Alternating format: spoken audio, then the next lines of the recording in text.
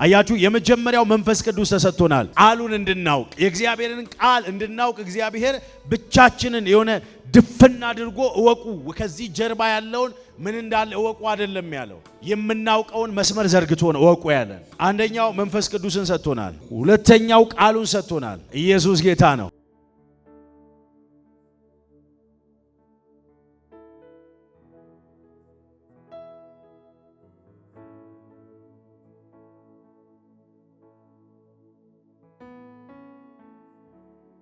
ኢየሱስ ጌታ ነው እያየን ያለነው የእግዚአብሔር ቃል በዚህ ሁለት ወር ውስጥ እግዚአብሔር በረዳን መጠን ስለ ስኬት ነው እያየን ያለነው We've been learning about success for the past Sundays.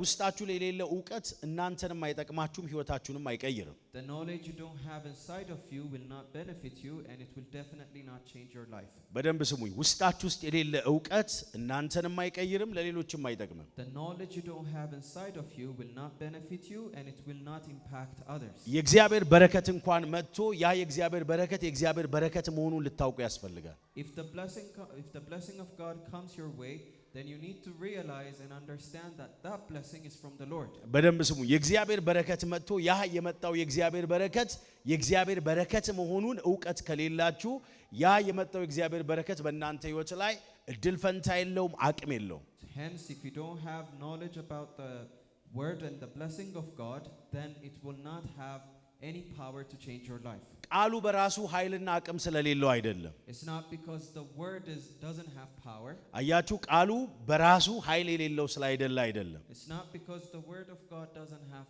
power. ቃሉ በራሱ ኃይል አለው አቅም አለው ጉልበት አለው It has power and it has potential. እኔና እናንተ ግን ለመጣው ለእግዚአብሔር ቃል ለመጣው ለእግዚአብሔር ኃይል ዕውቀት ሊኖረን ያስፈልጋል However, you and I need to understand and have knowledge regarding the blessing of God. ዕውቀት ከሌለን የመጣውም ነገር እጃችን ላይ አይቀጥልም ከእጆቻችን እንጥለዋለን If we don't have knowledge then we won't be consistent and we will just drop it.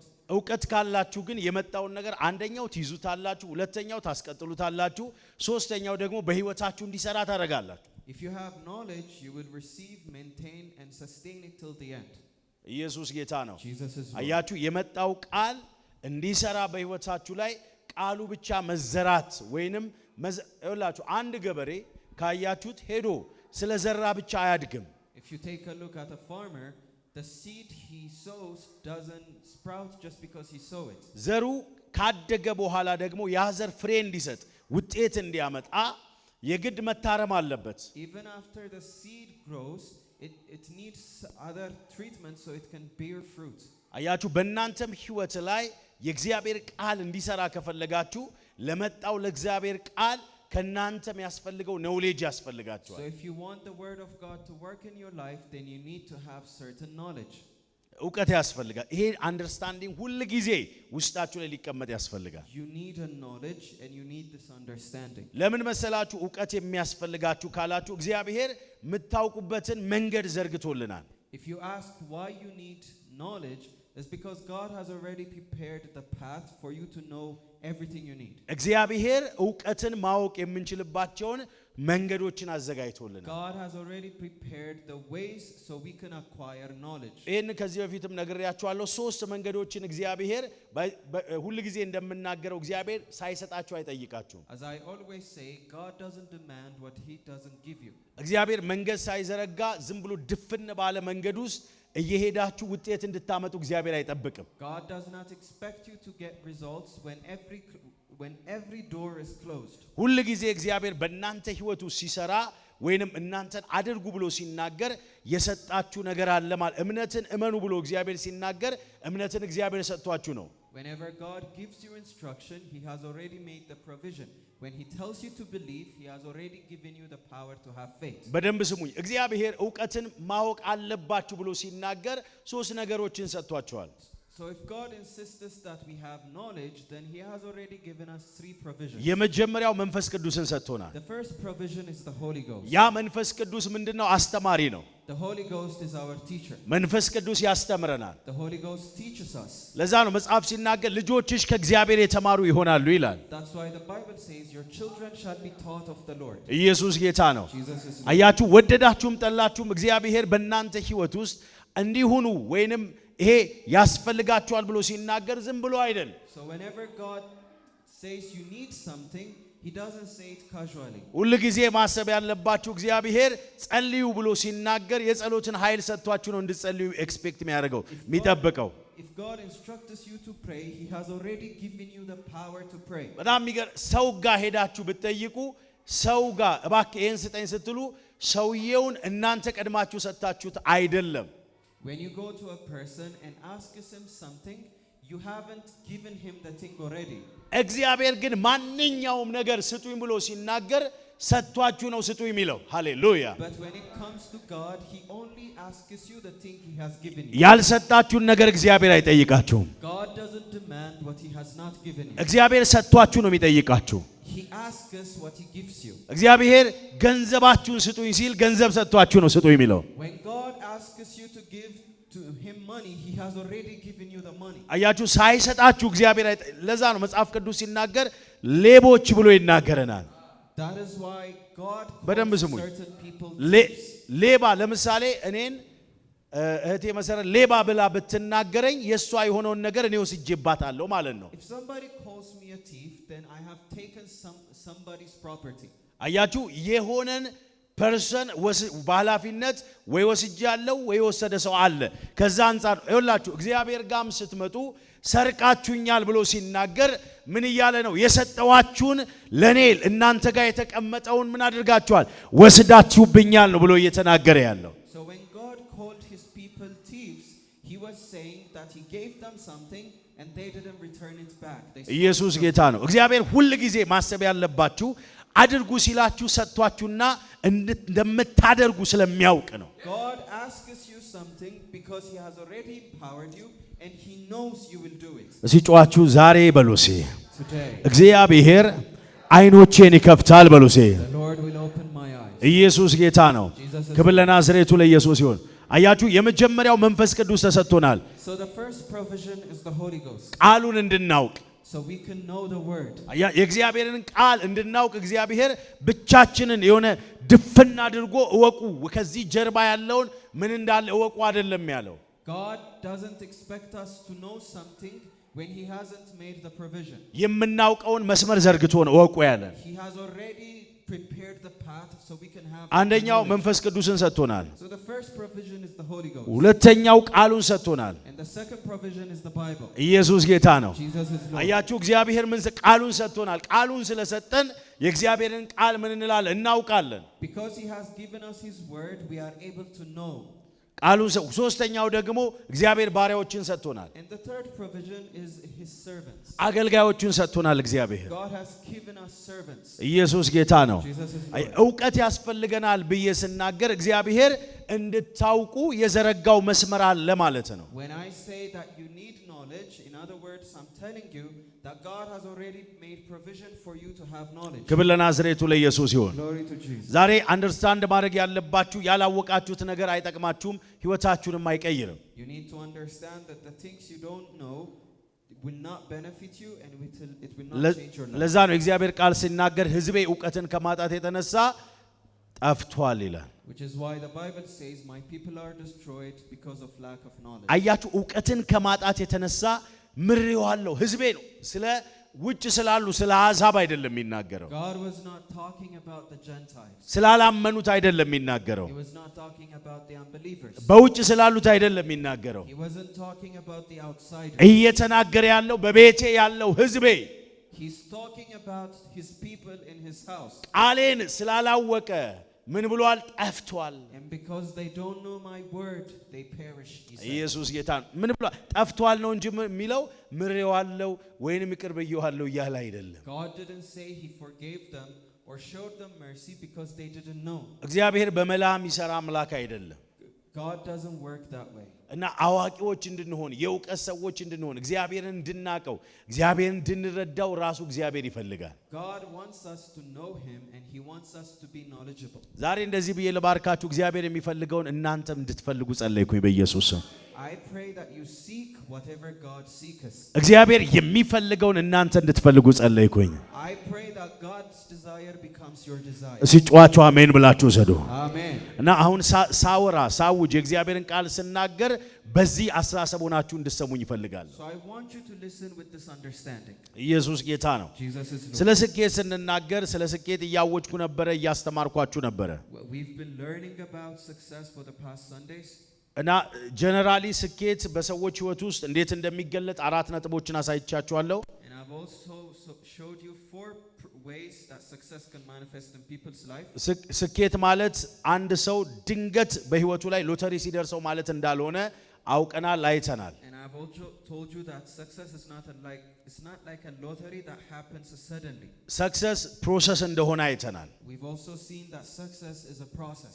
እለት እለት በህይወታችን ላይ እንደ ብሎኬት እንደሚደረደር መጨረሻ ላይ ቤት እንደሚሆን አይተናል። It's like putting one block at a time until we build a house. እና እነሱ እንዲሆኑ ከኛ ምን እንደሚያስፈልግ ደግሞ አይተናል።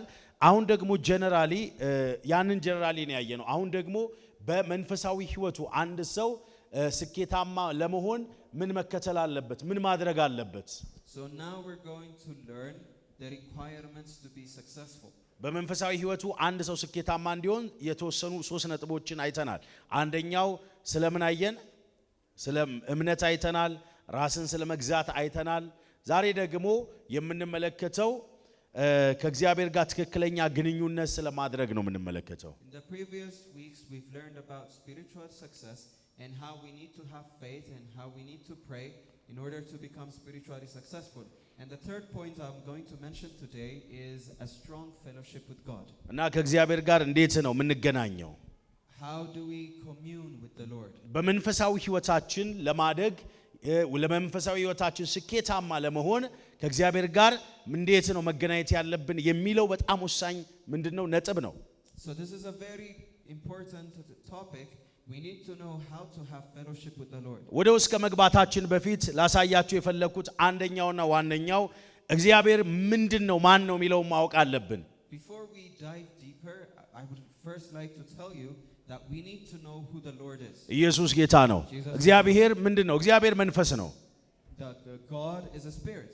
አንድ ሰው ከእግዚአብሔር ጋር ህብረት ማድረግ ሲፈልግ ሁሉ ጊዜ ከእግዚአብሔር ጋር ህብረት የሚያደርገው በመንፈሱ ነው። If a person wants to have fellowship with the Lord, he would need to do it through the spirit. ትክክለኛ ግንኙነት ከመንፈሳዊነት ነው የሚጀምረው።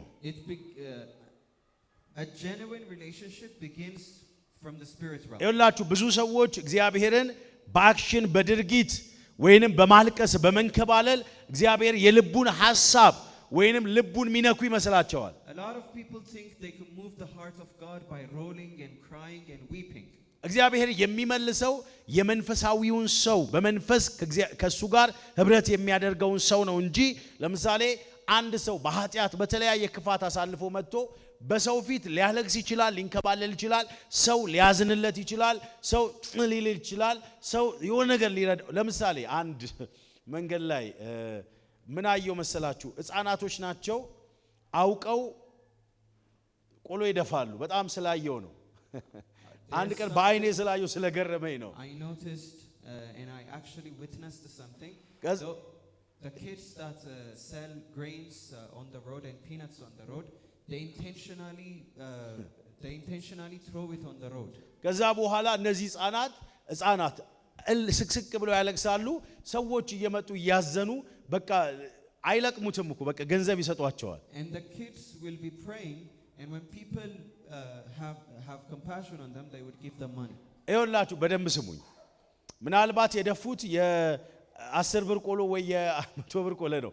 ሰው ግን ሲያይ አዝኖ ምክንያቱም እያለቀሱ ነው። እንባቸው ቢቆም አይደለም የእውነት የተደፋባቸው ነው የሚመስለው። Perhaps the grain they spilled could be 10 birr or 20 birr, but when people don't consider that, they keep giving them money. አያችሁ እነዚህ ህፃናት ሰውን ነው የሸወዱት፣ በደንብ ሸውደዋል። These kids are able to deceive people.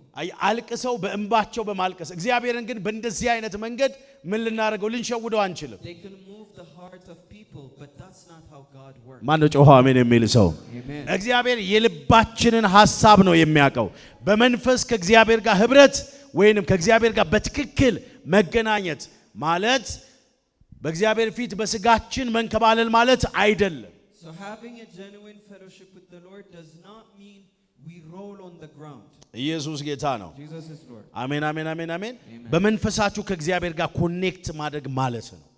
Having a genuine fellowship is having a genuine connection with the Lord in the Spirit. እሺ እንዴት ነው ከእግዚአብሔር ጋር በመንፈስ የምንገናኘው? የመጀመሪያው So how do we connect with the Lord? በስለ የስኬትን ቁል በመንፈሳዊው ዓለም በመንፈሳዊ ህይወታችሁ ስኬታማ ለመሆን አራተኛው ነጥብ ምን ብያችኋለሁ? ከእግዚአብሔር ጋር ትክክለኛ የሆነ ግንኙነት ማድረግ ነው።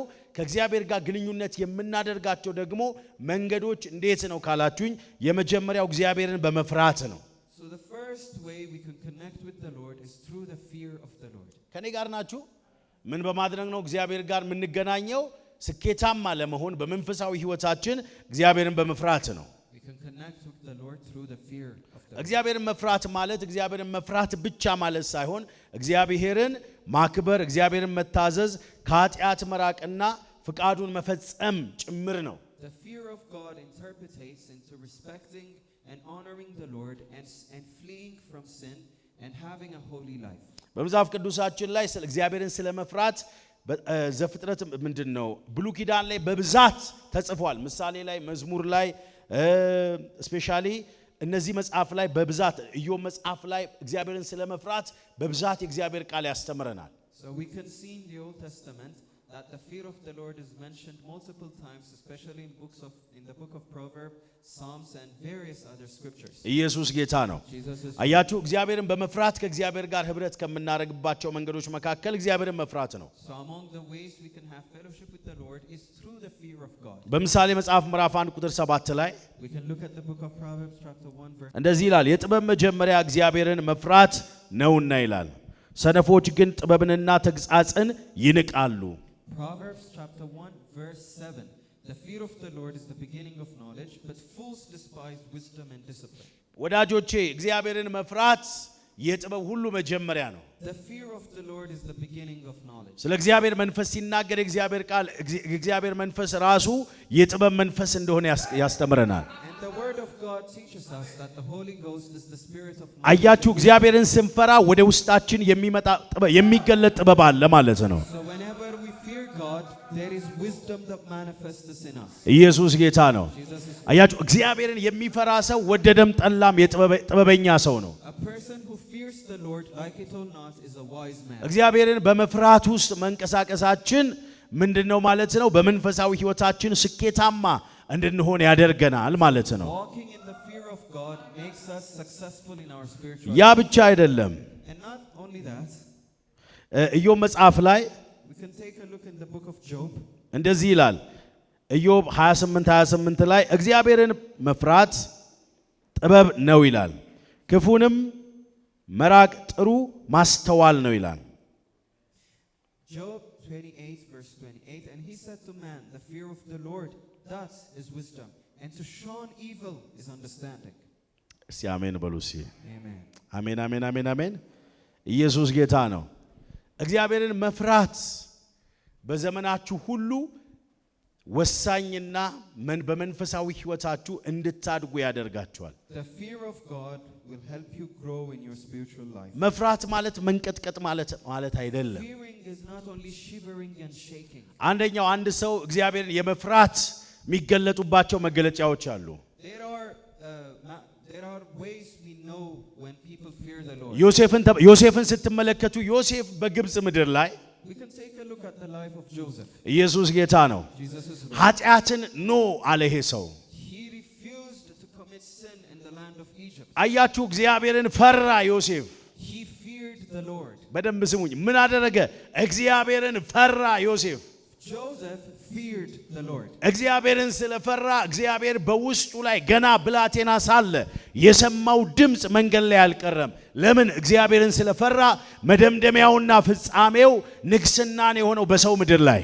And because Joseph feared the Lord, his vision and dream didn't stop along the way. It finally came to pass. ዘፍጥረት 39:9 ላይ We can take a look at Genesis chapter 39 verse 9. እኔ ይህንን ታላቅ ክፉ እንዴት አደርጋለሁ?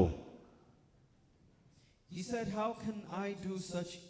እግዚአብሔርንስ እንዴት እበድላለሁ አለ። And he said, how can I commit such? ኢየሱስ ጌታ ነው።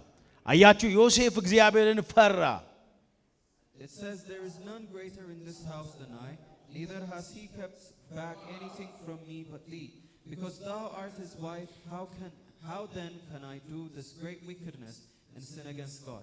And it came to pass, as she spake to Joseph day by day, that he hearkened not unto her, to lie by her or to be with her. ኢየሱስ ጌታ ነው። Jesus is Lord. አያችሁ እግዚአብሔርን አለመፍራት የሰማችሁት የትንቢት ቃል እንዳይፈጸም ከሚያደርግባቸው አንደኛው ቁልፍ ይሄ ነው። So if you don't fear the Lord, it will cause the voice that you heard to not come to pass. ብዙ ሰው ትንቢታዊ ድምጽ ከእግዚአብሔር ይሰማል። A lot of people hear prophetic voices. ግን ያ የእግዚአብሔርን ድምጽ ከሰማ በኋላ ያ የሰማው ድምጽ ወይንም እግዚአብሔር የተናገረው ቃል በህይወቱ ላይ ዘገያል። But if you don't fear the Lord, it will only delay the fulfillment of the prophecy. መዘግየት ብቻ አይደለም በህይወቱ ላይ ላይፈጸም ይችላል። And it might not only be delayed, it might completely stop. ሲጫዋችሁ አሜን በሉ። አያችሁ እግዚአብሔር ሁሉ ጊዜ ምን ይፈልጋል ካላችሁኝ እሱን የሚፈራ ሰው ይፈልጋል። So God always seek people that fear him. ብዙ ትንቢት ሰምታችሁ ብዙ ከእግዚአብሔር ዘንድ ቮይስ ድምጽ መጥቶ በቃሉ በኩል በመዝሙር በኩል በነቢያት በፓስተሮች በተለያየ በኩል እግዚአብሔር ድምጽ ተናግሯችሁ የሰማችሁት ድምጽ ብዙዎቻችን የምናሳብበው ነብይ ላይ ነው። You might hear a lot of prophecies through pastors, prophets and ministers, even in your personal life. But when it doesn't come to pass, we usually blame it on the prophets. እዚህ ክፍል ላይ ራሳችሁን እንድታዩ እንድትመረምሩ የሚያደርጋችሁ ትልቅ የእግዚአብሔር ቃል። But this passage teaches us that we need to look at ourselves. አያችሁ ዮሴፍ እግዚአብሔርን ፈራ ይላል። It says that Joseph feared the Lord. ይህን ክፉ ነገር እንዴት በእግዚአብሔር ፊት አደርጋለሁ አለ። He said, how could I commit such atrocity against the Lord? ኢየሱስ ጌታ ነው። እንዴት Jesus is Lord. ይህን ክፉ ነገር በእግዚአብሔር ፊት እንዴት አደርጋለሁ? He said, how could I commit such wickedness against the Lord? ክብር ለናዝሬቱ ለኢየሱስ። በማፊት በእግዚአብሔር ፊት He said before the Lord. በእግዚአብሔር ፊት እግዚአብሔር ኦልሬዲ እኮ ይሄ ሰው ይሄን ከማድረጉ የተነሳ ወደ እስር ቤት ገብቷል። And because he refused, Joseph went to prison. ግን እስር ቤት መግባት እግዚአብሔር ካስቀመጠለት ከነገው አላጎደለው።